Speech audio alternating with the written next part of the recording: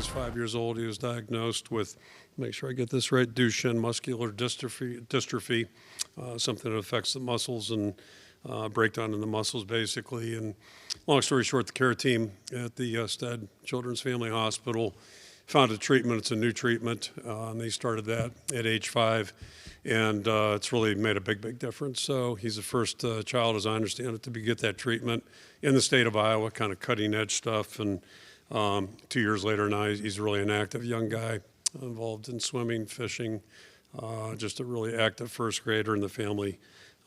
Gives the hospital credit for, really giving the family hope. So always a good story, and certainly it'd be great to have Micah and his family with us.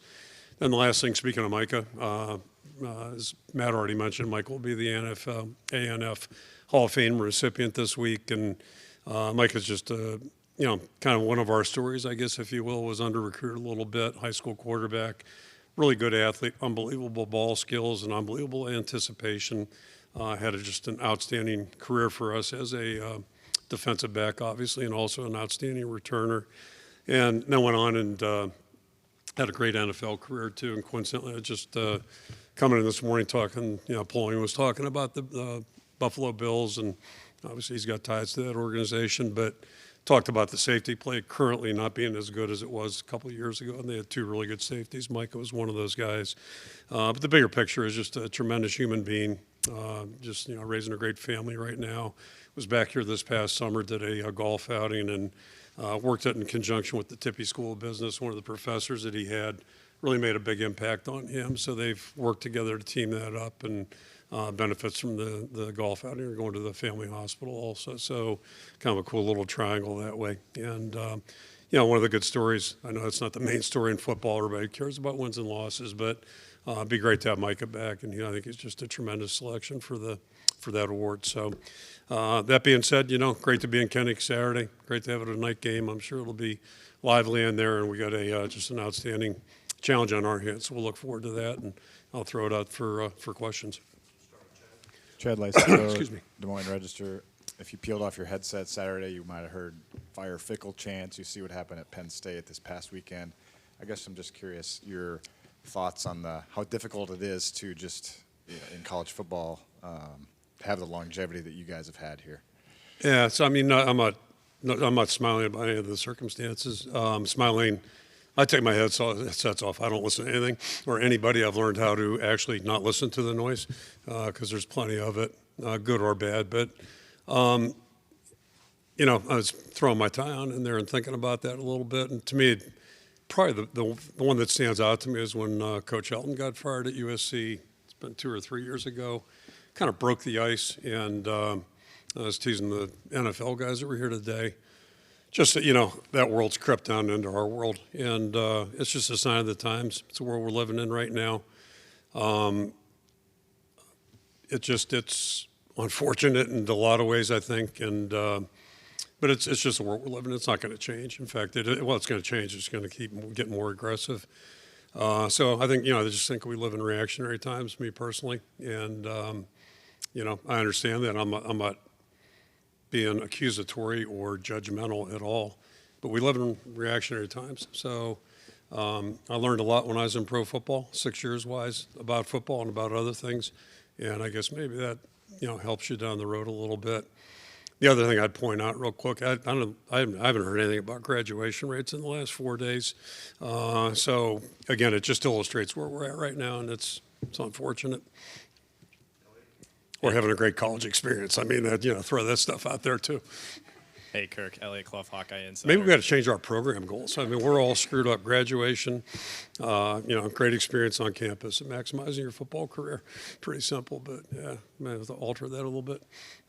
Hey, Kirk, Elliott Clough, Hawkeye Insider.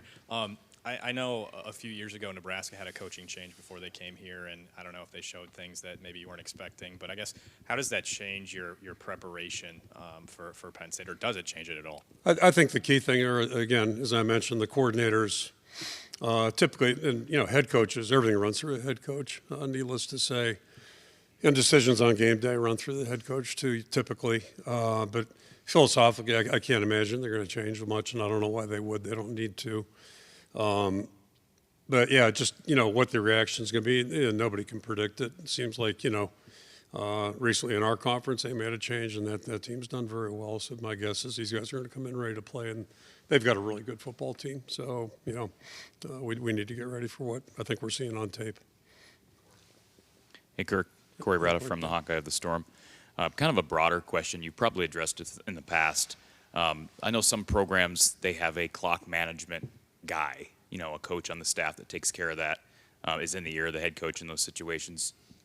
Do you take care of that yourself? Have you switched how you've done that over the years, or what has been your philosophy? Who do you rely on in those 2-minute situations, end of half, end of game?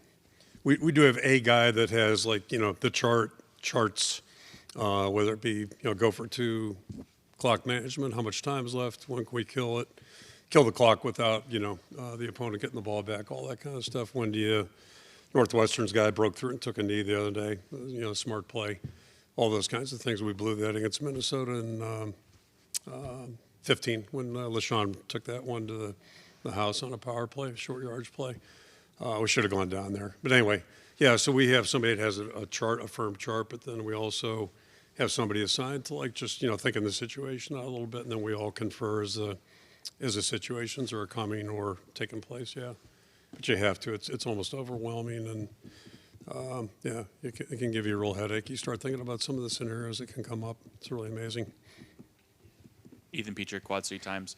I'm curious how you've seen Mark take on a leadership role, and then what impact does a quarterback who's maybe not fully 100% but healthy enough to play for his teammates to see that? What kind of impact does that have on the team? Yeah, his leadership role, as I've said before, it really got challenged because he came in off of surgery. So he was here and he was doing everything we were doing, but he wasn't doing it. Wasn't doing the hard work, the heavy lifting.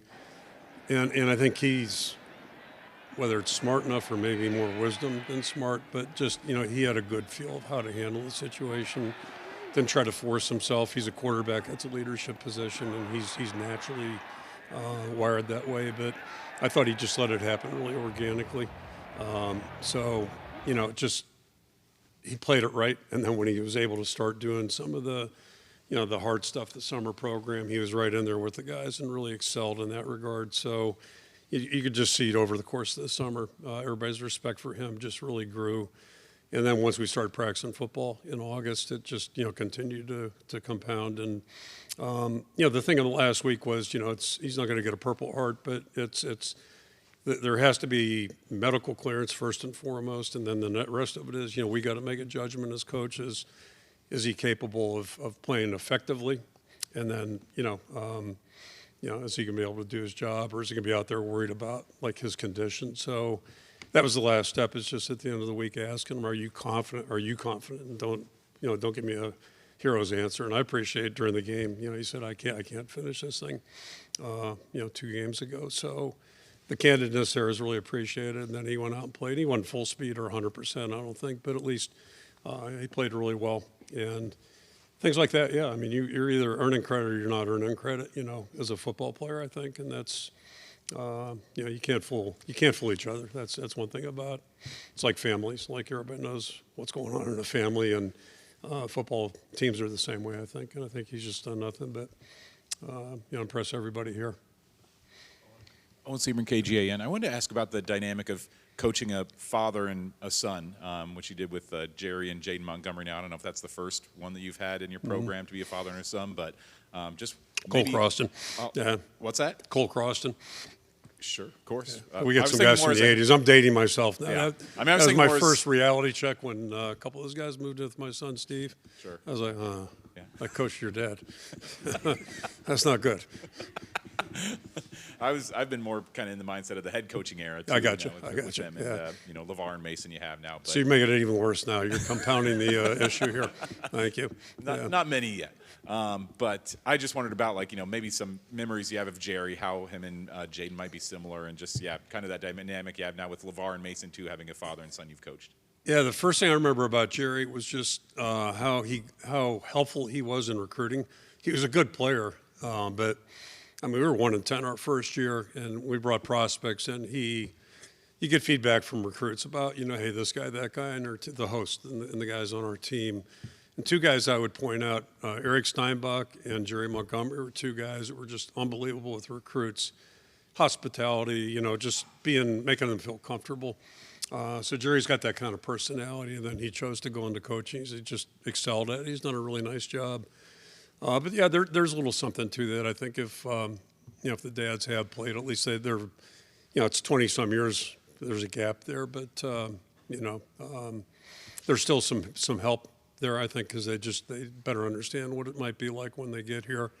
The other thing I'll say about Jaden, I mean, Jaden probably got like 3 times the GPA that Jerry had. Jaden's like a 4.0 student, so that came from Mom. I know that. So like usual, yep, the good stuff.